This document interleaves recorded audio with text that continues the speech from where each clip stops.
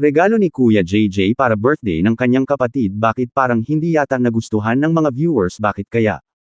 Well, ano nga ba ang katotohanan sa likod ng regalo ni Kuya JJ para kay Oliver, at yan ang ating pag-uusapan mga kababayan sa video na ito. Pero bago, paalala lang po sa lahat ng mga viewers, palagi po natin suportahan si Daddy Frankie sa kanyang mga charity works.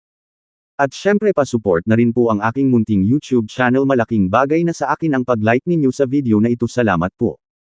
Di umano regalo ni Kuya JJ sa birthday ni Kuya Oliver ay nalmahan ng mga viewers. Kamakailan nga ay nag-celebrate ng birthday si Kuya Oliver, kung saan di umano wala nga daw itong handa mga kababayan. Pero may usap-usapan di umano na itong si Kuya JJ ay gumawa ng paraan para ipaghanda ang kanyang kapatid. Kung titingnan natin, masasabi natin na napaka-sweet naman ni Kuya JJ dahil talagang nag-abala pa siya para sa birthday ni Kuya Oliver. Actually mga kaibigan, di umano ay alam din daw ni Kuya Oliver yung plano ni Kuya JJ, pero hindi nga daw pumayag si Kuya Oliver sa kagustuhan ni Kuya JJ. Ang gusto kasi mangyari ni Kuya JJ ay pumitas ng isang baboy na alaga niya na bigay ng sponsor para ihanda sa birthday ni Oliver mga kababayan. Well, gaya nga ng inaasahan, di umano si Kuya JJ pa rin ang nasunod dahil pumitas nga siya ulit ng isa pang baboy na siya naman di umano inihanda ni Kuya JJ para kay Oliver. Kaya naman dito nagkagulo ang mga viewers sa comment section dahil tila nagkatotoo sila ng hinala mga kababayan.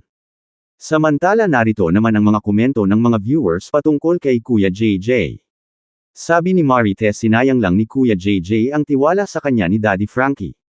Ipinagkatiwala sa kanya ang mga baboy para maalagaan, kaya nakaka-disappoint kung unti-unti itong nababawasan dahil kinakatay.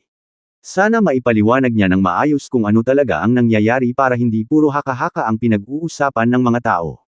Sabi naman ni June, lasenggero kasi si Kuya JJ kaya siguro kinatay niya ang baboy, hindi para sa birthday ni Oliver kundi para sa barkada niya.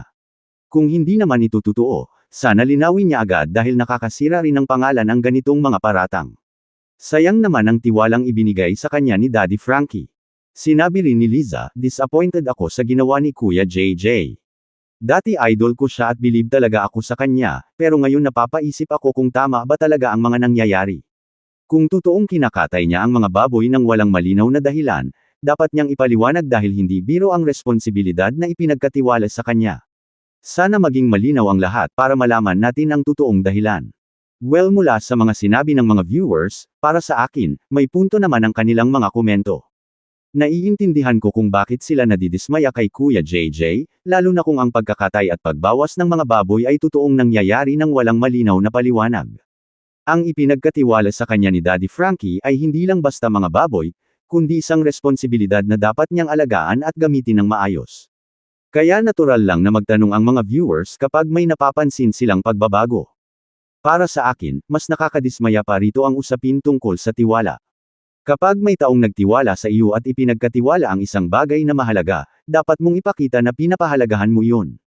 Hindi naman masama ang pagkakatay ng baboy kung may malinaw at tamang dahilan, pero kung ang iniisip ng mga tao ay napupunta lang ito sa sariling kagustuhan o barkada, talagang maiintindihan kung bakit sila nagagalit at nasasaktan.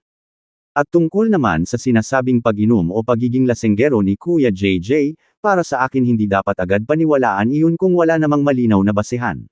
Pero kung may mga bagay na nakikita ang viewers na nagbibigay sa kanila ng dahilan para magtanong, karapatan din nilang maglabas ng saloobin. Ang pinakamahalaga ngayon ay magkaroon ng malinaw na paliwanag mula kay Kuya JJ para malaman kung ano talaga ang nangyari. Kung ako ang tatanungin, mas mabuting pangalagaan niya ang tiwalang ibinigay sa kanya ni Daddy Frankie dahil hindi madaling makuha ang ganoong klaseng tiwala. Sayang naman kung masisira ito dahil lamang sa mga bagay na pwede namang ipaliwanag at ayusin. Kaya naiintindihan ko ang disappointment ng mga viewers, dahil para sa kanila, hindi lang baboy ang nababawasan, kundi parang pati yung tiwalang ipinagkatiwala sa kanya ay unti-unting nawawala. Isa pa para sa akin, hindi dahilan yung katwiran ni Kuya JJ, natural lang kailangan nagbigay muna siya ng abiso kay Daddy Frankie.